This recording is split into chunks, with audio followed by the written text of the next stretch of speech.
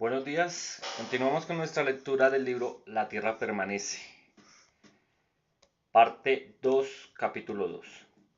Como ISH había anunciado, nada se hizo. Pasaron las semanas, ningún hombre jadeó tratando de llevar la refrigeradora a lo alto de la loma. Ninguna azada golpeó, volcando la tierra. De cuando en cuando ISH se inquietaba, pero en general la vida seguía su camino. Y él mismo se dejaba arrastrar por la despreocupación de sus compañeros. Con sus viejos hábitos de observador científico, aún manteniéndose aparte, seguía preguntándose qué iría a ocurrir. Pensaba a veces que la brusca desaparición de la sociedad secular seguía afectando a todos sus compañeros. La antropología citaba muchos ejemplos similares. Los cazadores de cabezas y otros indios privados de sus ocupaciones tradicionales habían perdido hasta la voluntad de vivir. Las nuevas leyes les prohibían robar caballos o cazar cabelleras, y ya nada deseaban. Otras veces, un clima suave y abundancia de alimentos quitaban al hombre toda idea de progreso. Así, en los trópicos, en algunas islas de los mares del sur, los isleños se alimentaban exclusivamente de bananas. ¿O habría aquí otra causa? Y ISH intentaba en realidad resolver un problema que intrigaba a los filósofos desde los albores de la civilización humana, el de las fuerzas dinámicas de la sociedad. ¿Por qué la sociedad se transforma? El estudio ISH era más afortunado que Coelet, Platón, Malthus o Tionby. Tenía ante los ojos una sociedad reducida que podía someterse a verdaderas experiencias de laboratorio. No obstante, cada vez que alzaba este punto de su razonamiento, ISH se sentía que esa simplicidad era sólo aparente. Dejaba de ser un sabio para convertirse en un hombre y adaptaba una actitud no muy distinta a la de él. Esta sociedad de San Lupo no era el macrocosmo puro y simple de un filósofo, un pequeño acuario arrebatado al océano de la humanidad. No, era un grupo de individuos. Era Ezra, En, los muchachos y si Joy. Si cambiaran los individuos, la situación ya no sería la misma. Bastaría cambiar un solo individuo, por ejemplo, en lugar de Dottie Lamour, o bien, en lugar de George, uno de los grandes pensadores que había conocido en la universidad, el profesor Saur. Todo sería también diferente. Pero, ¿podía asegurarlo? Quizá no. Quizás el ambiente se impusiera a todos, incluso a los gigantes. Sin embargo, se equivocaba cuando temía que las preocupaciones les trajese a ISH alguna úlcera o una enfermedad nerviosa. Al contrario, apasionándose con sus observaciones, ISH se interesaba aún más en la vida. Desde los días del gran desastre se había asignado el papel de testigo en un mundo que había perdido a sus dueños. Habían pasado 21 años y los cambios eran aún demasiado lentos para que fuesen visibles de un día a otro, o aún de un mes a otro. El problema de la sociedad, su adaptación, su renacimiento, ocupaba ahora toda su atención. Y otra vez debía corregir su pensamiento. No podía ni debía limitarse a ser un observador, un sabio. Platón y los otros filósofos habían podido permitirse mirar el mundo y hacer comentarios más o menos sarcásticos. Sus obras habían influido en las generaciones futuras, pero no había sido responsable del desarrollo y el crecimiento de la sociedad. Raramente el pensador había sido también un jefe. Marco Aurelio, Thomas More, Woodrow Wilson y S.H. no se creía un jefe, en el sentido exacto del término, pero era el intelectual, el pensador de una pequeña comunidad. Inevitablemente los otros recurrían a resolver las dificultades. En caso de grave peligro, todos le pedían protección. Obsesionado por esta idea, había buscado muchas veces en la biblioteca municipal biografías de pensadores que hubiesen sido también jefes. La suerte, estos hombres no eran envidiable. Marco Aurelio había agotado en cuerpo y alma en sangrientas e infructuosas campañas en las fronteras del Danubio. Tomás Moro había subido al cadalso y más tarde, destino irónico, había sido canonizado como mártir de la Iglesia. A los ojos de sus biógrafos, Wilson había sido también un mártir, pero ninguna iglesia de la paz lo había declarado santo. No, el intelectual no se había distinguido en el poder. Sin embargo, en una sociedad que solo contaba con 36 miembros, ISH podía influir en el futuro más que un emperador, un canciller o un presidente de los viejos días.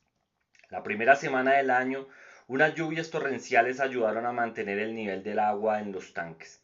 Luego, un poco antes que de costumbre, se inició el periodo de sequía de mediados de invierno.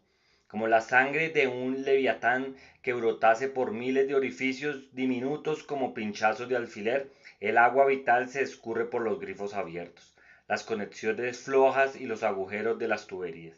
Y ahora en el tanque, donde el indicador inmóvil señalaba un nivel de 6 metros, solo había una delgada capa de agua.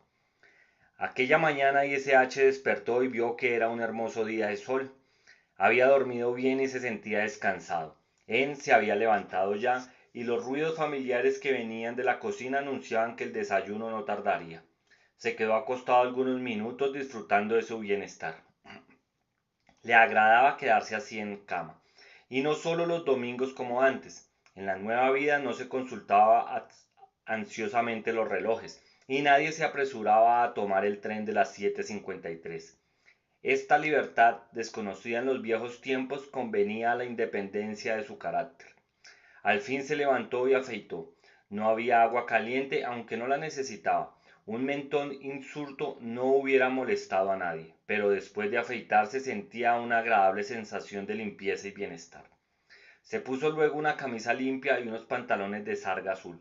Se calzó unas cómodas zapatillas y bajó a desayunar. Cuando entraba en la cocina, con una voz más alta que de costumbre decía: Joseph, mi pequeña, ¿por qué no abres más ese grifo? Pero mamá, no se puede abrir más. Y SH entró y vio a Joseph con la tetera debajo del grifo. El agua caía gota a gota. Buenos días, saludó. Le diré a George que revise las tuberías. Joseph, ve a buscar agua en un grifo del jardín. Joseph echó a correr e SH besó a En y le habló de sus planes para el día. Pasó un rato y al fin Joseph volvió con la tetera llena. Salía mucha agua al principio, dijo, pero se acabó enseguida. ¡Qué fastidio!, se quejó En. No tenemos agua para lavar los platos. Y SH reconoció el tono de voz. La situación era crítica y En esperaba que los hombres la ayudaran. Sirvieron el desayuno en el comedor y SH se sentó a la cabecera y enfrente. Ahora solo quedaba 4 hijos en la casa. Robert, de 16 años, casi un hombre según las normas de la tribu, estaba en un extremo. A su lado se sentaba Walt, de 12 años, alto y activo, y enfrente, cerca de la puerta de la cocina, Joy y Joseph, que ayudaban a preparar el desayuno, poner la mesa, servir y lavar la vajilla. Y SH no pudo dejar de pensar que esta escena familiar no era muy distinta de otras de los viejos días. En su juventud ciertamente no había deseado tantos hijos, pero la familia seguía siendo la misma, como en todos los tiempos y todas las sociedades. El padre, la madre y los hijos, una célula básica y biológica más que social. Al fin y al cabo, pensó, la familia era la más duradera de todas las instituciones. Había precedido a la civilización y ahora la sobrevivía. Había jugo de pómelo, envasado por supuesto, y SH dudaba que aquellos jugos insípidos conservaran alguna vitamina, pero aún así eran refrescantes y por lo menos no hacían daño. No había huevos, pues gallinas no habían sobrevivido al gran desastre. No había tampoco jamón, difícil de encontrar, y no se veían cerdos en los alrededores. El jamón había sido reemplazado, ventajosamente aún para el gusto de ICH, por sabrosas y doradas costillas de buey. Los niños las preferían a cualquier otro alimento. Acostumbrados desde su infancia a alimentarse de carne, eran resueltamente carnívoros. ISH y en cambio preferían las tostadas y los cereales. Pero como las ratas y gusanos habían devorado los paquetes de harina y avena, se contentaban con sopas de sémola de maíz. Echaban a la sémola leche condensada y la endulzaban con algún jarabe, pues las ratas y la humedad habían acabado con el azúcar. Los adultos bebían también café, y SH ponía en el suyo leche y jarabe. En lo prefería amargo y negro. El café, como el jugo de pomelo, había perdido casi todo su aroma. Este desayuno tipo había sido adoptado poco a poco. Era bastante satisfactorio y para añadirle vitamina comían frutas secas. Aunque las heladas, los insectos y los conejos habían devastado las huertas y había que recurrir a a fresas y frambuesas silvestres, manzanas no muy aguzanadas y ciruelas ácidas que crecían en árboles silvestres. Cuando ISH acabó de desayunar, se echó en su sillón, sacó un cigarrillo y lo encendió. Pero los cigarrillos no habían soportado bien la prueba del tiempo. No se encontraban ya latas de cigarrillos, y los de los paquetes comunes estaban muy secos. Había que humedecerlos, pero entonces parecía a veces demasiado húmedo. Así ocurría con el que ISH tenía en los labios. Por otra parte, no tenía la conciencia tranquila y no podía fumar en paz. En la cocina, los mellizos parecían quejarse y dedujo que no tenían agua. Será mejor que vaya a ver a George y le pida que limpie esa tubería, pensó. Se incorporó y salió a la calle. Pero antes de ir a buscar a George se detuvo en casa de Ersa. No porque Ersa supiera arreglar algo o lo necesitara para tratar con George, pero le agradaba su compañía. Llamó y James acudió a la puerta. Ed no está, dijo la mujer. Esta semana vive en casa de Molly. Y SH se turbó un poco, como cada vez que se encontraba con la práctica real de la bigamia. Asombrosamente, James y Molly eran grandes amigas y se ayudaban en los quehaceres domésticos. Era un triunfo de aquella virtud de Ersa, capaz de entenderse con todos y crear a su alrededor una atmósfera afabilidad. Y SH dio media vuelta, pero luego recordó el propósito de su visita a George y se volvió otra vez. James, dijo, ¿hay agua en tus grifos? No, respondió James. No, un hilo nada más. James cerró la puerta y SH bajó los escalones del porche y fue hacia la casa de Molly. Sintió un leve escalofrío. Molly no tenía dificultad con sus grifos, pero su casa estaba en una calle más baja y podía haber un poco de agua en las tuberías. Y SH y Enra fueron juntos a ver a George, que vivía en una casa elegante y cuidada, protegida por una verja blanca pintada recientemente.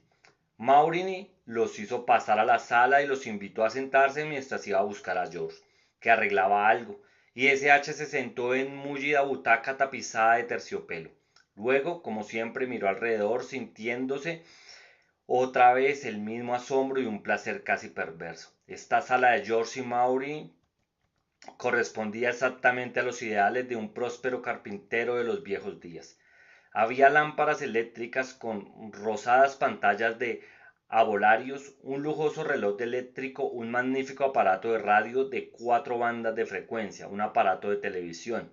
En las dos mesas había una carpeta artísticamente dispuesta y en una de ellas se veía una pila de revistas populares. Las lámparas no alumbraban pues no había electricidad y las agujas del reloj eléctrico marcaban eternamente las 12:17. Las revistas eran por lo menos de 21 años atrás. El aparato de radio nada podía transmitir aunque hubiera habido corriente. Sin embargo, todos esos objetos eran símbolos de prosperidad en los viejos días. George había sido carpintero. La posición económica del marido de Maury debía de haber sido similar. Habían deseado siempre tener lámparas, relojes eléctricos, aparatos de radio y ahora que estaba a su alcance los habían traído a la casa. A la noche Maureen encendió una lámpara de petróleo y ponía un disco en el fonógrafo de mano. Era ridículo y un poco emocionante y SH se acordó de un comentario de M. En los viejos tiempos, ¿recuerda? Había dicho en, la gente ponía un piano en la sala y a veces un piano de cola, aunque nadie en la casa supiese una palabra de música.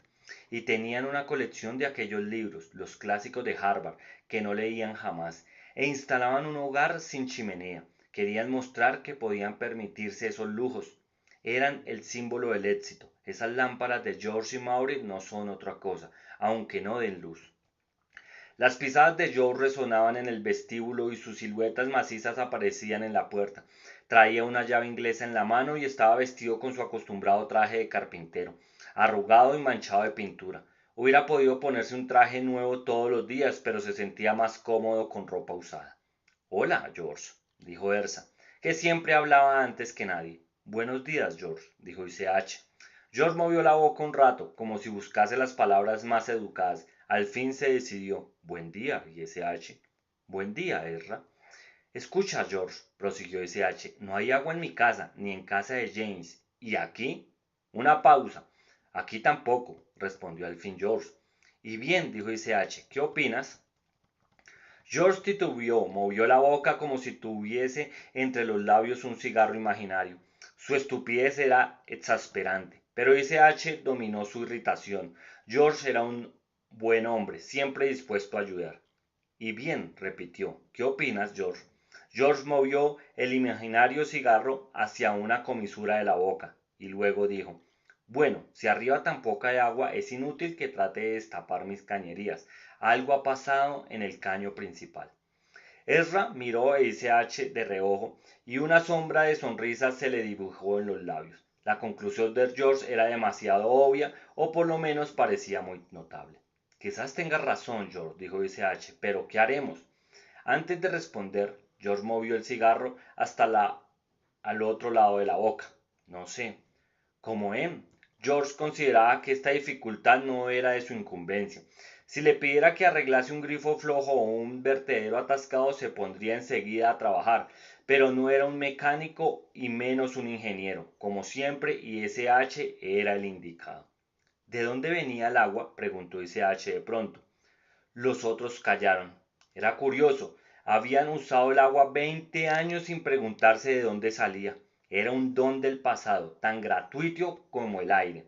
Las cajas de habas y las botellas de salsa de tomate que se apilaban en los mercados, y SH se había preguntado alguna vez vagamente, ¿cuánto tiempo correría el agua? ¿Y qué debería hacer para asegurarse nuevas reservas? Pero no habían tomado ninguna decisión. El agua no se acabaría de la noche a la mañana y no había prisa. Por primera vez tenía una razón inmediata para decirse, hay que ocuparse de las reservas de agua. Interrogó sucesivamente con la mirada a George y Elsa y no obtuvo respuesta. George se apoyaba ahora en un pie, ora en otro. Los ojos maliciosos de Ezra parecía decir que aquel no era su terreno. Ezra conocía a la gente.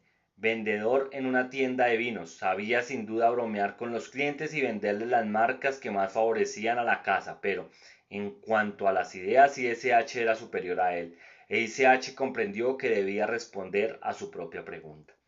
El agua viene seguramente de la vieja red de la ciudad, dijo. Es decir, venía. Lo mejor, creo, será subir a los depósitos y ver si todavía hay agua. Muy bien, dijo Ezra, siempre de acuerdo. ¿Y si hablásemos con los muchachos? No, dijo ICH. Si se tratara de una partida de caza o de pesca, perfectamente, pero no saben nada de reservas de agua. Salieron, llamaron a los perros y prepararon los arneses.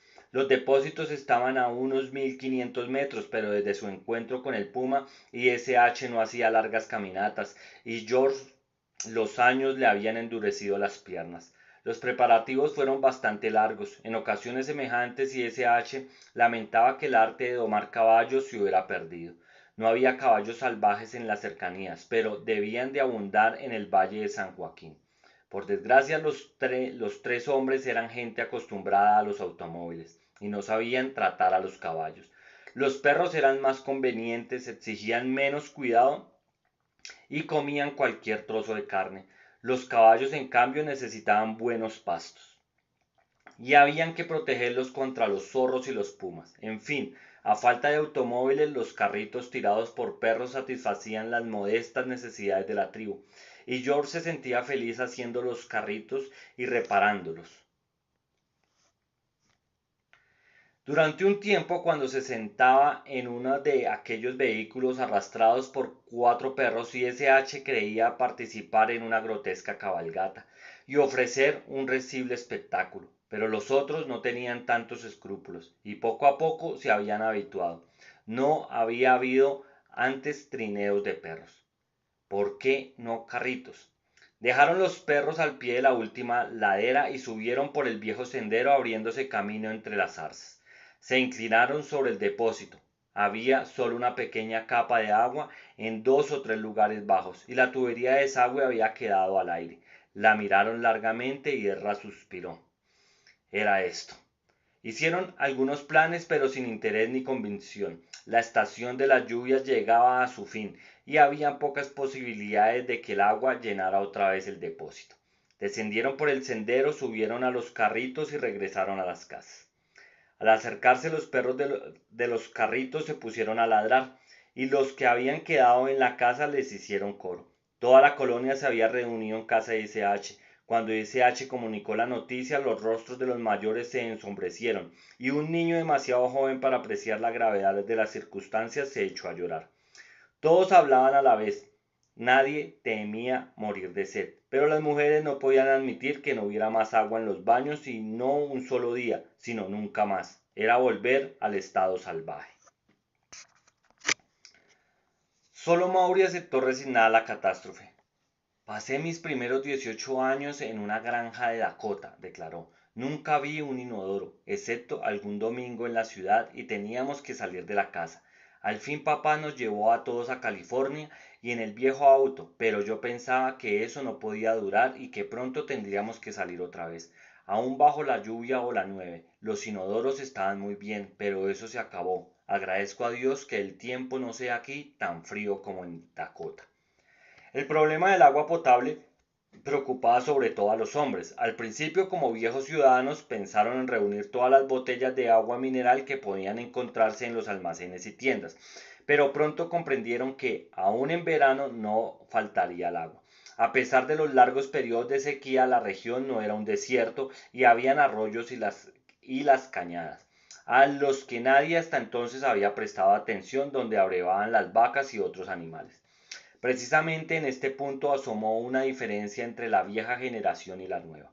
Y S.H., un geógrafo, no sabía si había un manantial o un río en los alrededores. Aunque pudiera localizarlo cualquier sitio de los nombres de las calles, los jóvenes al contrario podían indicar ríos, lagunas y fuentes. Ignoraban el nombre de las calles, pero se orientaban sin titubear. Y S.H. descubrió de pronto que su propio hijo Walt le señalaba la existencia de un arroyo que él nunca había advertido, pues sus aguas se perdían en una alcantarilla bajo San Lupo. Pronto la consternación inicial se transformó en alegría febril. Los más jóvenes fueron con los carritos a llenar latas de 20 litros al manantial vecino. Los mayores se pusieron a cavar pozos que reemplazaron a los inodoros. El entusiasmo duró varias horas y la obra realizada fue considerable, pero nadie estaba acostumbrado a manejar el pico y la pala, y al mediodía todos se quejaban de ampollas y cansancio. Cuando se separaron para almorzar, y S.H. comprendió que nadie volvería al trabajo. Tenían otros proyectos, partidas de pesca, matar un toro que podía ser peligroso, cazar codornices para la cena. Por otra parte, los jóvenes habían traído bastante agua para satisfacer las necesidades inmediatas. Psicológicamente, por lo menos, había una enorme diferencia entre un poco de agua y nada de agua. La presencia de un recipiente de 20 litros en la cocina borraba todas las inquietudes. Luego del almuerzo, ISH se echó otra vez en el sillón con un cigarrillo. No tenía ningún deseo de continuar solo el trabajo. En un manual de moral podría ser un buen ejemplo, pero en la práctica se cubriría de ridículo. El pequeño Joy se le acercó balanceándose nerviosamente sobre uno y otro pie. ¿Qué quieres, Joy?, preguntó ICH. ¿No vamos a trabajar un poco más? No, Joy, no esta tarde. Joy siguió balanceándose, su mirada se paseó por la sala y se fijó otra vez en su padre. Vete a jugar, Joy, dijo ICH dulcemente. Todo está bien, te daré la lección a la hora de siempre. Joy se fue, pero su muda simpatía había emocionado a ICH. El niño no podía comprender todos los problemas, pero su viva inteligencia le decía que su padre no estaba satisfecho, aunque no hubiera discutido con los otros. Si Joe era el predestinado, desde que ICH había tenido esta idea, el día de Año Nuevo había multiplicado las lecciones, y Joe estudiaba con avidez. Hasta podía temerse que se transformaría en un pedante. No mostraba además ninguna de las virtudes del jefe, e ICH dudaba a menudo. Este pequeño incidente, por ejemplo, podía revelar intuición y prevención, o el simple deseo de rehuir a los niños de su edad, más hábiles que él en los juegos y sentirse seguro junto a su padre. Y S.H. esperaba que los otros niños no advirtieran su cariño por Joy. Un padre no tiene derecho a preferencias, pero su Benjamín, como se le había revelado de pronto, era la encarnación misma de sus sueños. Oh, ¿por qué preocuparse tanto?, pensó. Y de repente fue como si estuviese explicándole todo a él. El día de Año Nuevo me pareció que yo era el elegido. Ahora no estoy tan seguro. Quizás sea solo los sentimientos de un padre hacia su hijo menor. Es posible que un día me pelee con él como con Wal. Sin embargo, tengo esperanzas. Los otros no han mostrado nunca esta inteligencia, esta vivacidad de espíritu. No sé. Quisiera saber. Seguiré probando.